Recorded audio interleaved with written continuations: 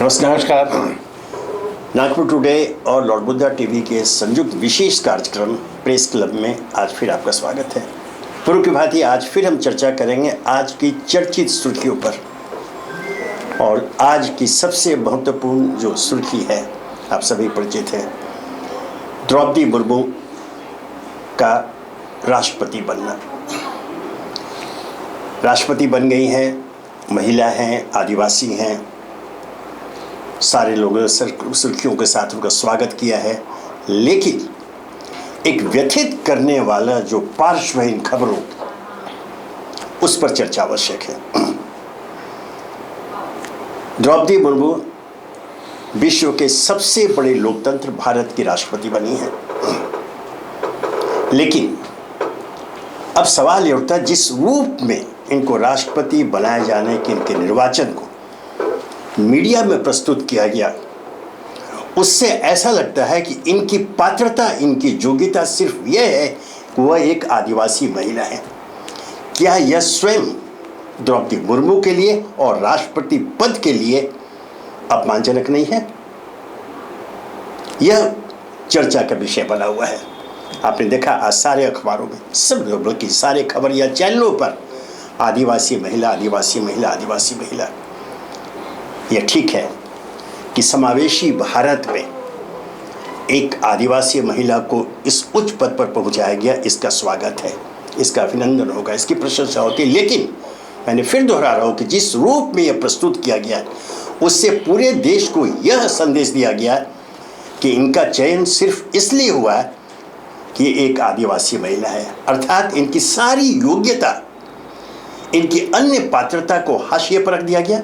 क्या यह उचित है राव साहब? यह एक ऐसा मुद्दा है जिस पर आजकल मालूम है कि जो मीडिया के जो हालात हैं, जो हमारे अपनी बिरादरी के सदस्यों को जो हालात है, उस पर चर्चा इस पर नहीं हुई, कोई नहीं करेगा। लेकिन जिस तरह से हम अखबारों की चर्चा करें, सारे अखबारों का शीर्षक देख रहे हैं और जिस प्रकार से लिखा गया, उससे यह संदेश जाना मेरी दृष्टि में यह स्वयं राष्ट्रपति का अपमान है। विनोद जी, ऐसा है कि ये एक तो महिला है, दूसरी महिला है जो राष्ट्रपति बनी है। इससे पहले श्रीमती प्रतिभा पाटिल जो हमारे विदर्भ की ही ताल्लुक़ रखती है, वो राष्ट्रपति बनी और ये दूसरी महिला है।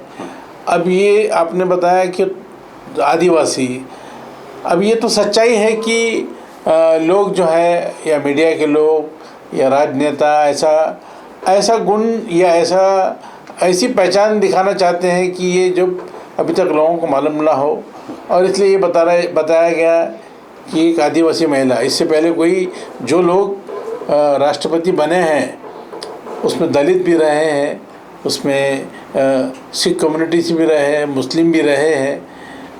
तो ये इस तरह से ये पहली बार ऐसा हुआ है कि एक आदिवासी महिला को बनाया है, आदिवासी को बनाया है और उसमें महिला को बनाया है। इसलिए ये ज़्यादा कैची लगता है हेडलाइन के मुताबिक के लिए, और अखबार के लोग, चैनल के लोग, पोर्टल के लोग इसी को बार बार उछालते रहे इस मुद्दे के ऊपर। और ये कल भी ये हुआ, इससे पहले भी हुआ और आगे भी शायद अभी थोड़ा दिन तो चलेगा कि ये आदिवासी महिला है, प्रथम आदिवासी महिला है। तो ये तो उनकी पहचान है, मगर इसके अलावा ये राष्ट्रपति बनने के पहले वो राज्य में गवर्नर भी थी। झारखंड में उन्होंने राज्यपाल का पद संभाला है। इससे पहले वो जो अपने क्षेत्र में मयूरभंज से आई है, और ओडिशा में भी एक बार उन्होंने कुछ काम किया है। ऐसे वो उनका नया नहीं है कोई ये कार्यक्षेत्र, सामाजिक कार्य हो, राजनीति हो, मगर जब ये राष्ट्रपति पद के लिए चुनी गई, तभी उनकी पहचान ऐसी दिखाई गई या जनता के सामने आई कि एक आदिवासी महिला राष्ट्रपति होने जा रही है। और जो कल जो चुनाव हुए, जो 18 तारीख को जो मत डाले गए, जिसकी गिनती कल हुई, उसमें बात जाहिर हो गई कि देश की जो 15वें जो राष्ट्रपति पद का जो चुनाव हुआ, उसमें एक आदिवासी महिला माननीय श्रीमती द्रौपदी मुर्मू चुनी गई। ये तो सब लोगों के लिए खुशी की बात है कि काफ़ी दिन के बाद एक महिला राष्ट्रपति बनी है और शायद पहली बार आदिवासी बनी है। अब ये पहचान उनकी थोड़े दिन तो रहेगी, उसके बाद जब वो अपना नहीं, इससे मूल जो प्रश्न है हाँ कि सिर्फ उनके इसी पात्रता को प्रचारित किया जा रहा है, क्या यह राष्ट्रपति पद की अवमानना का मामला नहीं बनता है? जैसे मैंने इसे पहले ही बताया है कि कोई एक पहचान ढूंढी जाती है। ये तो थी, राज्यपाल थी, इनका राजनीतिक पार्श्व है, हाँ, जमीन से मगर ऊपर आई हैं, हाँ, है ना? जिस समय वो या राज्यपाल अचानक बनाया कहीं से इनको नहीं थोपा गया, ये पूर्व परिचित है राजनीति के क्षेत्र में। बराबर है, मगर तो क्या होता है कि जब वो राज्यपाल बनाई गई तब शायद और भी राज्यपाल देश में इससे पहले या उनके समय में भी आदिवासी राज्यपाल रहे होंगे या पिछड़ी जाति के राज्यपाल रहे होंगे, मगर अब जब राष्ट्रपति के चुनाव की बात आती है तो ये उनको उस तरह से प्रोजेक्ट किया गया, जैसा आपने बताया, उनको प्रोजेक्ट किया कि वो आदिवासी, देश की पहली आदिवासी महिला राष्ट्रपति है। तो ये तो एक लोगों की स्ट्रैटेजी है। हाँ, लेकिन ऐसा वैसा है कि जो देश का राष्ट्रपति होता है वो देश का प्रथम नागरिक होता है, बिल्कुल, सेना का सर्वोच्च कमांडर होता है, सुप्रीम कमांडर, संविधान की संरक्षा का दायित्व उनके ऊपर होता है। ऐसे में जातीय आधार को सामने रखकर प्रचारित किया जाना हर दृष्टि से अनुचित मालूम जाता है। इसके पूर्व देखिए, जब रामनाथ कोविंद, ध्यान रखिए, जब वो राष्ट्रपति बनाए गए तो वो भी उड़ीसा के थे, दलित थे, उस समय भी कई सवाल खड़े हुए थे, लेकिन सत्ता पक्ष का पूरा ध्यान आने वाले चुनावों पर, वो जो वोट की राजनीति है, जो चुनाव की राजनीति है, उसे चुनाव जीतने के लिए भी राष्ट्रपति पद को एक हथकंडे के रूप में इस्तेमाल किया गया था, तब भी आरोप लगे थे, आज भी यही कहा जाता है। ऐसे में एक और जो सवाल इनके ऊपर आया, पहले भी आते रहे, रबर स्टाम्प एक शब्द उछाला गया, ध्यान रखें। बल्कि जो प्रतिद्वंदी राष्ट्रपति के उम्मीदवार थे यशवंत सिन्हा ने यह सवाल भी खड़ा किया था कि राष्ट्रपति भवन में कोई रबर स्टाम्प चाहिए या काम करने वाले ईमानदार व्यक्ति, यह सवाल भी खड़ा हुआ था। अब इसमें एक बात है, इसके पहले भी ये कोई नई बात नहीं हुई है।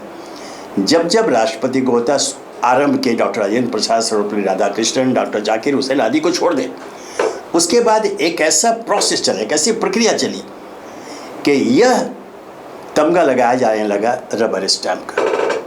मैं ध्यान दिलाना चाहूँगा आपको, जब ज्ञानी जैल सिंह को राष्ट्रपति बनाया गया था, याद होगा किस तरह की बातें हुई थी, उनकी पात्रता को लेकर, उनकी योग्यता को लेकर अनेक सवाल खड़े किए गए थे, मजाक उड़ाया गया था।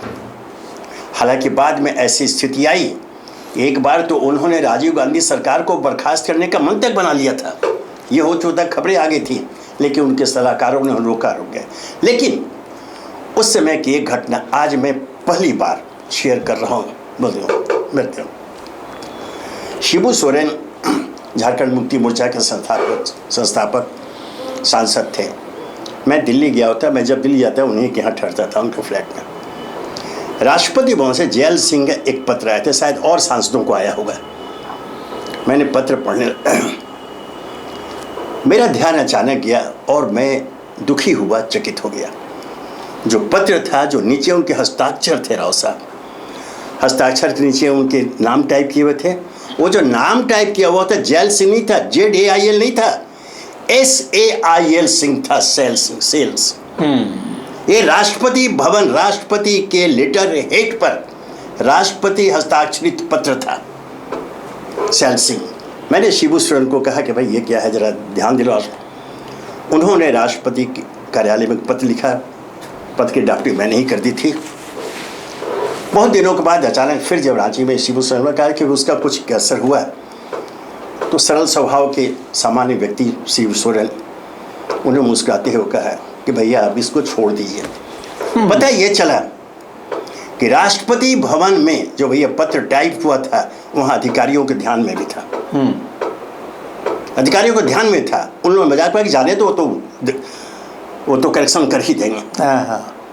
मतलब एक तरह से वो राष्ट्रपति जो उनकी एक छवि बन गई थी, उनकी शिक्षा को लेकर, अन्य बातों को लेकर जैल सिंह के, उसका वो परीक्षण कर रहे थे राष्ट्रपति भवन के कर्मचारी। गलत है ना। वो गया और राष्ट्रपति ने भी उस पर दस्तखत कर दिया और वो पत्र किया लोग। माने उनका नाम गलत है, SAIL सिंह, सैल सिंह लिखा हुआ, उस पर राष्ट्रपति दर्ज। ऐसे भी उदाहरण यहाँ मौजूद है। इस पार्श्व में योग्यता को लेकर के, जैसे मैंने कहा कि वो भारत का प्रथम नागरिक है, सेना का कमांडर है, सर्वोच्च कमांडर है, उनको लेकर के चर्चा होती थी इस रबर स्टाम्प की। तो यह जो मुलम्मा है, यह जो तमगा है रबर स्टाम्प का, यह बहुत ही आपत्तिजनक है। यह भारतीय संविधान के लिए, भारतीय गणराज्य के लिए, उसके सर्वोच्च प्रथम नागरिक के ऊपर इस तरह का कोई टिप्पणी की जाए और ये मुलम्मा लगे कि वो रबर स्टैंप है। आखिर इसे दूर करने के क्या उपाय हो सकते हैं? आपने सही बताया, ये बहुत गलत बात है कि हम लोग रबर स्टैंप बोले राष्ट्रपति को। वो हमारे देश के प्रथम नागरिक है, संविधान के संरक्षक है, सुप्रीम कमांडर है मिलिट्री के, ये सब बातें होने के बाद में, और वो ऐसा तो व्यवस्था ऐसी है कि ज़्यादातर राष्ट्रपतियों ने जो मंत्रिमंडल की सलाह है या जो केंद्र की सलाह है वही माना है, और इसलिए ऐसा बोलना कि वो रबर स्टैंप ये गलत है, क्योंकि इसमें टकराव की अगर स्थिति आती है तब वो राष्ट्रपति जो है ऐसा कभी कर सकते हैं कि वो केंद्र के या मंत्रिमंडल के प्रस्ताव को वापस कर सकते हैं, दोबारा रिव्यू करने के, दोबारा रिकन्सिडर करने के लिए, पुनर्विचार के लिए कर सकते हैं। तो ये बोलना बार बार कि आप एक रबर स्टैंप है, ये गलत है, अवमानना है। ये उस पद के प्रति हम लोग अन्याय कर रहे हैं कि हम ही लोगों ने जो संविधान को स्वीकारा है, हम ही लोग जिस संविधान के दायरे में चल रहे हैं, हम रास्ते से चलते हैं उसी संविधान के हिसाब से चलते हैं, हम लोग लिखते हैं, पढ़ते हैं, भाषण देते हैं, सब वो संविधान के दायरे में ही कर रहे हैं। इसलिए ऐसा बोलना कि ये रबर स्टैंप है, ये हमेशा के लिए बात लोगों के जहन से निकल जानी चाहिए, क्योंकि हम ही लोगों ने चुनकर दिया उनको। अभी हमारे यहाँ राष्ट्रपति को चुनाव या ये सब डायरेक्ट तो नहीं होता है, हम लोग जो विधायक चुनते हैं, जो सांसद चुनते हैं, हमारे चुने हुए प्रतिनिधि उनको चुनते हैं, इसलिए हमारा उनसे इनडायरेक्ट संबंध होता है, हमारे चुने हुए लोग उनको चुनकर देते हैं। इसलिए हमको उन पर पूरा विश्वास रखना चाहिए, अपनी आस्था रखनी चाहिए, हमको उनका आदर करना चाहिए, और ऐसे भविष्य में ऐसा ना हो कि लोग उन पर कोई उंगली उठाए कि ये, चूँकि माननीय श्रीमती द्रौपदी मुर्मू खुद एक राज्यपाल रही है और वो एक शिक्षा के क्षेत्र में भी काम किया उन्होंने, तो ऐसा उनके साथ में नहीं होगा। मुझे पूरी उम्मीद है आने वाले दिनों में वो अपना काम सही ढंग से चला पाएंगी और उन पर ये आरोप नहीं लगेगा। बिल्कुल, राष्ट्रपति के प्रति किसी तरह का अनादर का भाव अपने पूरे देश के लिए अनादर होता है, इससे सभी को बचना चाहिए, और इस तरह से कोई विशेषण रबर स्टैंप आदि का प्रयोग नहीं किया जाना चाहिए। बहरहाल अब आगे बढ़ते हैं। दूसरी जो महत्वपूर्ण सुर्खी आज फिर है कांग्रेस अध्यक्ष सोनिया गांधी से ईडी की पूछताछ। इसे लेकर के कांग्रेस ने राष्ट्रव्यापी आंदोलन छेड़ रखा है और यह कहा जा रहा है कि ईडी का दुरुपयोग कर कांग्रेस के या विपक्ष के अन्य नेताओं को डराया धमकाया जा रहा है, और पूरे देश में जो एक असहज वातावरण कायम है उसके पीछे ईडीआई की ऐसी पूछताछ भी है, यह लग रहा है। इसी सिलसिले में एक और मैं जानकारी देना चाहूँगा, क्योंकि सत्ता पक्ष की ओर से बार बार लोग आते हैं टेलीविज़न पर और बाहर से बयान देते हैं प्रेस कॉन्फ्रेंस करके कि यह ईडी की सामान्य प्रक्रिया है, अगर किसी पर आरोप लगते हैं तो उनसे वो पूछताछ करती है। इसी में यह भी कहा गया कि सोनिया गांधी कोई महामानव तो है नहीं जिस प्रकार से अन्य लोगों से पूछताछ हो जाए। लेकिन मैं यहाँ एक बताना चाहूँगा, आपको ध्यान होगा 90 के दशक के मध्य में हवाला कांड हुआ था, बहुत चर्चित हुआ था हवाला कांड, अनेक राजनेताओं अधिकारियों के नाम आए थे। उस समय भी जांच एजेंसियों ने पूछताछ की थी, लेकिन किसी को बुलाया नहीं था, उनके घर पर जाकर के वो पूछताछ करते थे। ये बात ध्यान रखिए, किसी को समन नहीं किया गया था। सीबीआई के अधिकारी संबंधित व्यक्ति के घर पर जाकर के पूछताछ करके जो उनकी जिज्ञासा होती थी उसके आधार पर पूछताछ करते थे। आज जिस प्रकार बार बार, जैसे ध्यान होगा, राहुल गांधी से 50 घंटे से अधिक पूछताछ हुई, 10-10 घंटे बैठाया गया। आज सोनिया गांधी को भी, वह स्वस्थ है, ठीक है, डॉक्टर वगैरह की व्यवस्था भी ईडी ने की थी, लेकिन इसकी आवश्यकता क्या थी? क्या ईडी के अधिकारी उनके घर पर, उनके निवास पर जाकर के अपने सवालों का जवाब नहीं पूछ सकते थे? इस विषय में मैं चाहूँगा, चूंकि दर्शकों को बताया जाना चाहिए, चूंकि यह चर्चा का विषय है। कल भी हमने हमारे दर्शकों को ये बताया कि कांग्रेस अध्यक्ष माननीय श्रीमती सोनिया गांधी को जब ईडी दफ्तर बुलाया गया तो सारे देश में एक तरह से विरोध की लहर उठी और विपक्षी दल, इसमें प्रमुख रूप से कांग्रेस भी है, उन लोगों ने जगह जगह कल निर्देशन किया, प्रोटेस्ट किया, दिन भर धरने दिए और बम्बई से लेकर गुवाहाटी तक, दक्षिण में और उत्तर में सारे जगह में उनका विरोध हुआ। इसके पीछे कल माननीय मुख्यमंत्री राजस्थान के श्री गहलोत और कांग्रेस के स्पोक्समैन पवन खेरा, उन्होंने दो बातें बहुत महत्वपूर्ण की कही थी कि ईडी अगर पूछताछ ही करनी है तो उनके घर में जाके, जैसा आपने बताया, उल्लेख किया, उनके घर जाके भी पूछताछ कर सकती, परंतु ये जांच एजेंसियों का जिस तरह से दुरुपयोग हो रहा है और ये सरकार जो है, रूलिंग पार्टी, ये प्रताड़ित करना चाहती है, ये आपको रिड्यूकुल करना चाहती है, ये आपको बेइज्जत करना चाहती है और ये बार बार ये मीडिया में आए, अखबारों में आए, चैनल में आए। आज भी ऐसी हेडलाइन से कुछ अखबार में, ईडी ग्रिल्स सोनिया गांधी। अभी सही में ईडी ग्रिल्स है कि ईडी क्वेश्चनिंग भी लिख सकते हैं आप, ईडी क्वेश्चंस या जो भी है इस तरह से लिखा जा सकता है, मगर ऐसा बताने की कोशिश की जा रही है कि वो एक अपराधी है और उनसे बहुत पूछताछ की गई, उनको बहुत मैंने कटघरे में घेरा गया, ऐसा बताने की कोशिश की जा रही है। और कांग्रेस की तरफ से इसका खुलासा भी आया। जयराम रमेश ने कहा है कि 2 घंटा था और उन्होंने कोई ब्रेक नहीं मांगा और वो तो उन्होंने बोला मैं कल भी आने को तैयार हूँ, अगर आपको पूछना ही है तो मैं कल भी आती हूँ। बिल्कुल। अरे जो आप, जब पूछने वाले तैयार हैं और जिससे पूछना है आपको वो भी तैयार है, तो फिर उन्होंने शायद सोमवार का समय लिया है। मगर ये एक तरह से रूलिंग पार्टी जो है उनकी इमेज को डेंट करना चाहती है, उनकी इमेज को क्षति पहुंचाना चाहती है कि देखो हमने सोनिया गांधी को भी कटघरे में खड़ा रखा। ये एक संदेश देश को संदेश देना चाहती है देश को कि देखो सोनिया गांधी को हमने ईडी के दफ्तर में बुलाया। कभी वो भी यूपी के अध्यक्ष रही, 10 साल लगातार उनकी पार्टी ने सरकार चलाई है और सारी पार्टियों के लोग, भारतीय जनता पार्टी छोड़ दिए तो बाकी सारी पार्टियां, 10-12 पार्टियां उनको अपना नेता मानती थी, आज भी मानती है।